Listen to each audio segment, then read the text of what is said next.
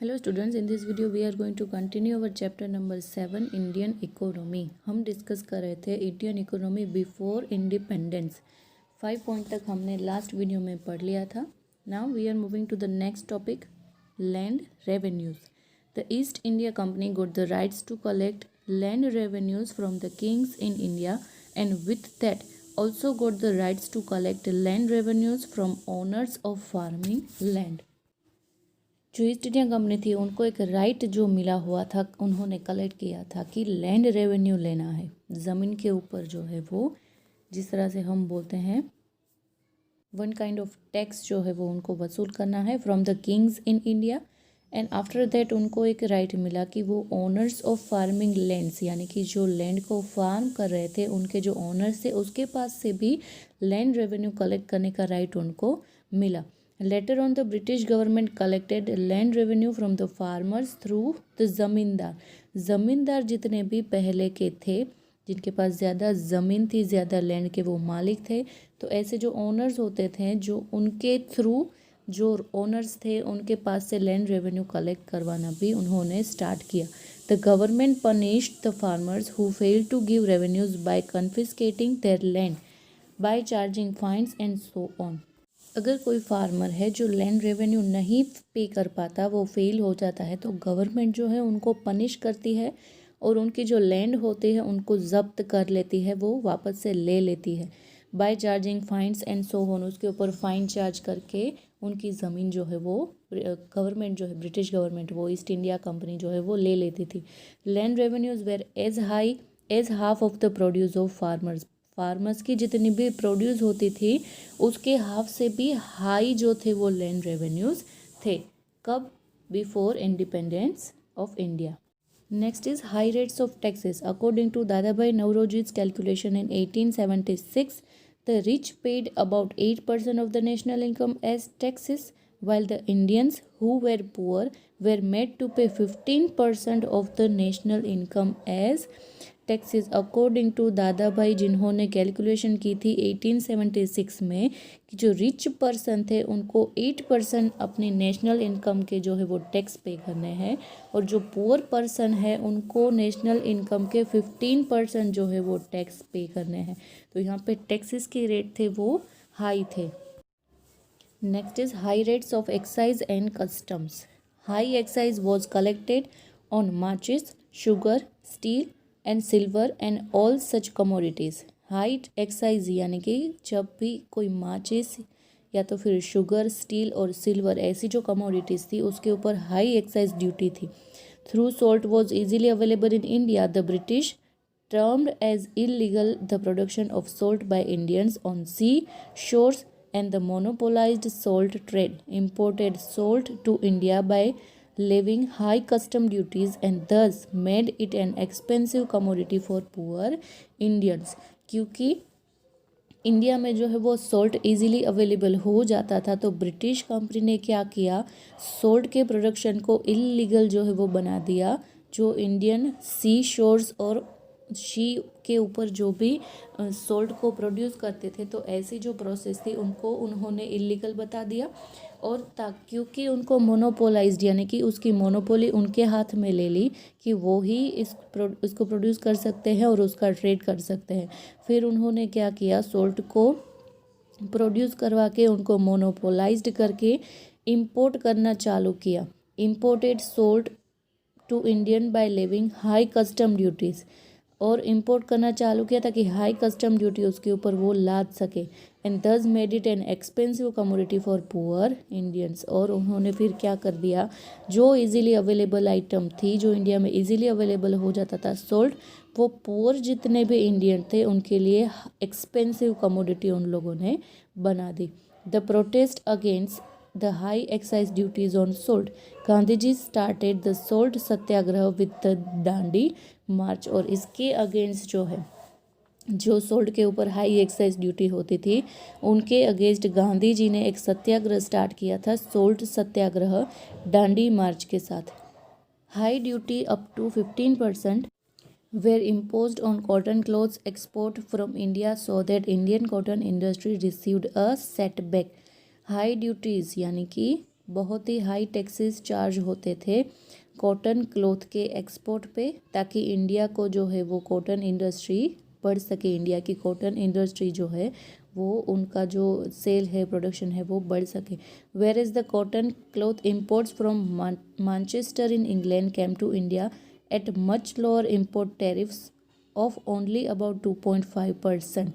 जब एक्सपोर्ट करने थे गुड्स तो उनके ऊपर जो ड्यूटीज़ थी वो हाई थी, बट अगर इंग्लैंड से इंपोर्ट करने थे तो उसके ऊपर जो है वो 2.5% ही जो है वो ड्यूटीज़ थी। इसका मतलब दोनों तरफ से इंडिया को ही जो है वो घाटे का सौदा यहाँ पे करना पड़ता था।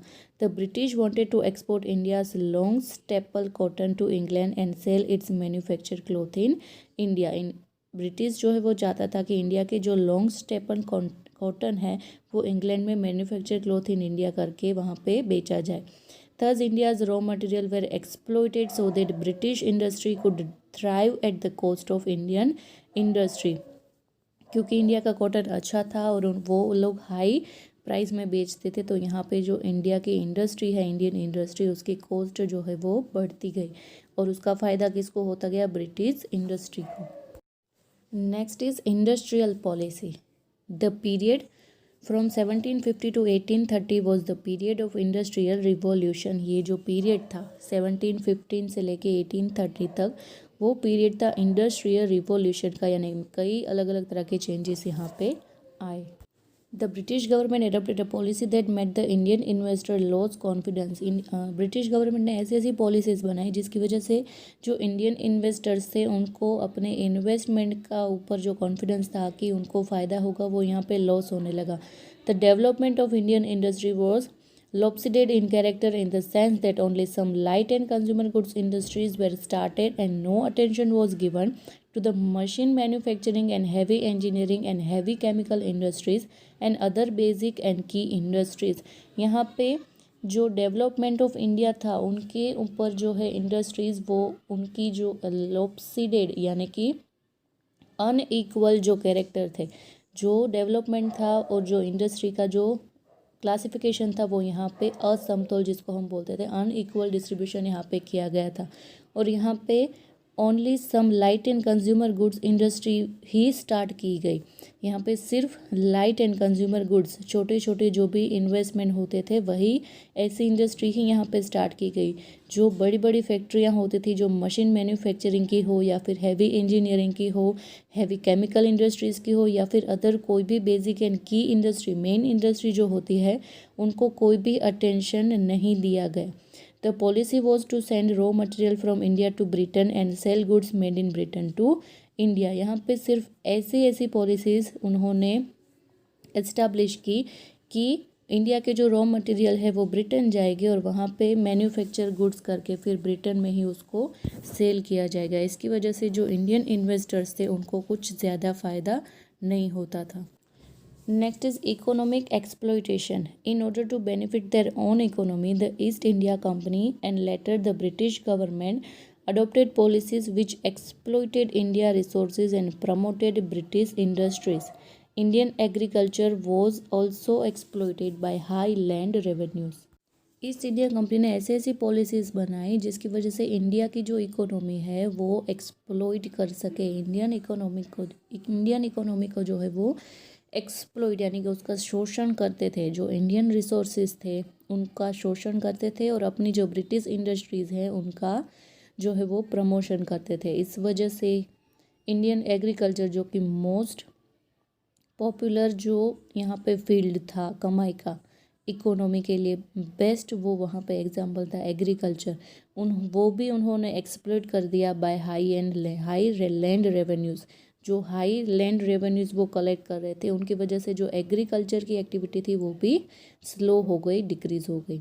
उसके बाद है exploitation of artisans. The East India Company exploited artisans by obtaining goods from them at up to 15% to 14% lower price and sold them in the world at higher prices and made high profits।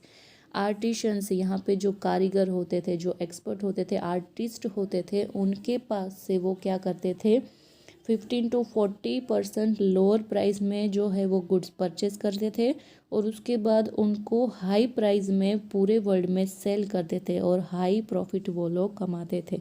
Besides, after the British government rule, they started selling in Indian cheap goods manufactured in England and ruined the small scale industries of India. India के जो cheap goods थे वो manufacture करके England में जो है उनको जो है scale industries of India, small scale industries of India को प्रमोट किया. तो यहाँ पे जो आर्टिशियंस थे उनको भी यहाँ पे उनका भी शोषण वो लोग करते थे. Next is investment pattern. The British made only those investment in India which benefited Britain.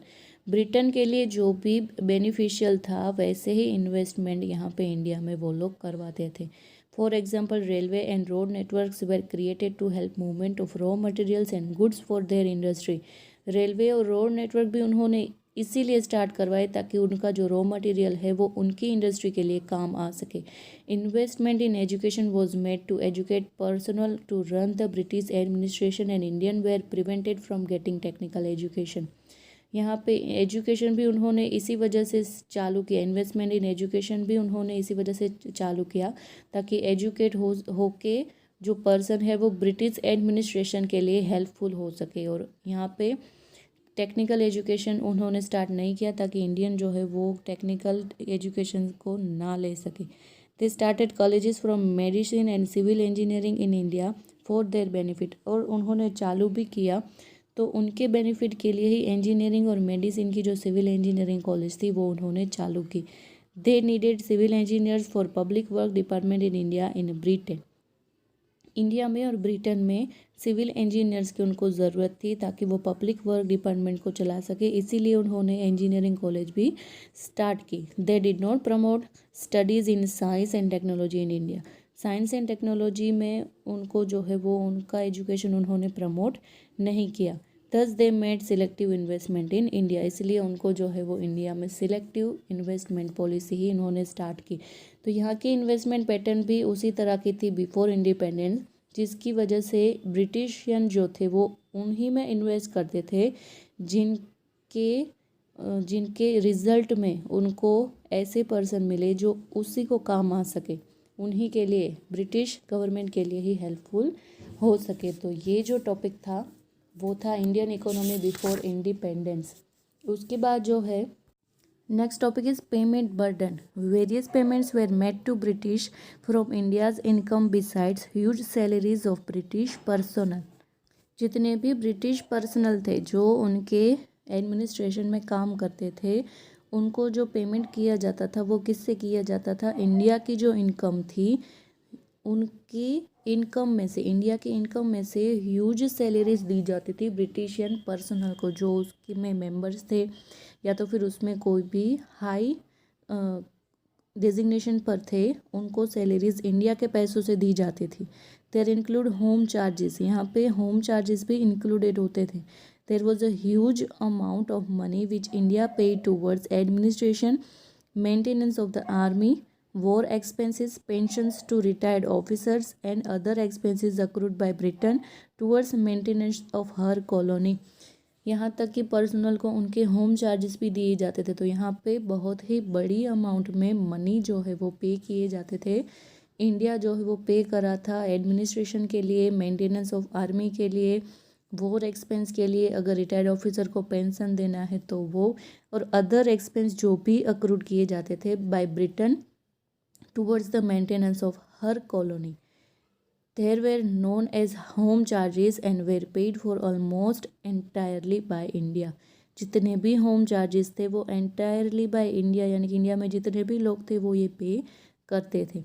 The home charges were made of 3 components: interest payments for debt incurred in maintaining India colony, interest on the railway, and civil and military charges. जो भी railways थी उनका use करने के लिए, उनके maintenance के लिए चार्जेस पे किए जाते थे. फिर जो डेप्ट थी जो इनकर्ड हुई थी, कोई भी डेप्ट में अगर कोई भी इंडियन वो डूब चुका है तो उसके ऊपर भी इंटरेस्ट पेमेंट करना था. फिर रेलवे को यूज़ करने के ऊपर इंटरेस्ट, और सिविल एंड मिलिट्री चार्जेस ये सारे इंडियन को पे करने थे as home charges. Finally when British left India in 1947, Indian agriculture industry and trade were devastated. जब ब्रिटिश जो है वो इंडिया को छोड़ के गए, जब उन्होंने इंडिया छोड़ा 1947 में, Indian agriculture industry and trade पूरी तरह से वो उजड़ कर चुके थे, पूरा बर्बाद करके वो यहाँ से गए हैं। A country which was once highly prosperous was impoverished, यानी कि पहले से जो कंट्री समृद्ध थी, वेल्थी थी, हेल्थी थी, उनको जो है वो पूरी तरह से बर्बाद करके फिर चले गए। समृद्ध में से गरीब बना के चले गए, रिच में से पुअर बना के वो लोग चले गए। तो यहाँ पे जो है ये पूरी इकोनॉमी सिस्टम थी बिफोर इंडिपेंडेंस। इस वीडियो में हम यहाँ तक रखते हैं। नेक्स्ट वीडियो में इंडियन इकोनॉमी आफ्टर इंडिपेंडेंस किस तरह की थी उसके बारे में हम डिस्कस करेंगे। तब तक के लिए जितना सीखा है उसको ज़रूर घर पे रीड कीजिए, रिवाइज कीजिए। Thank you.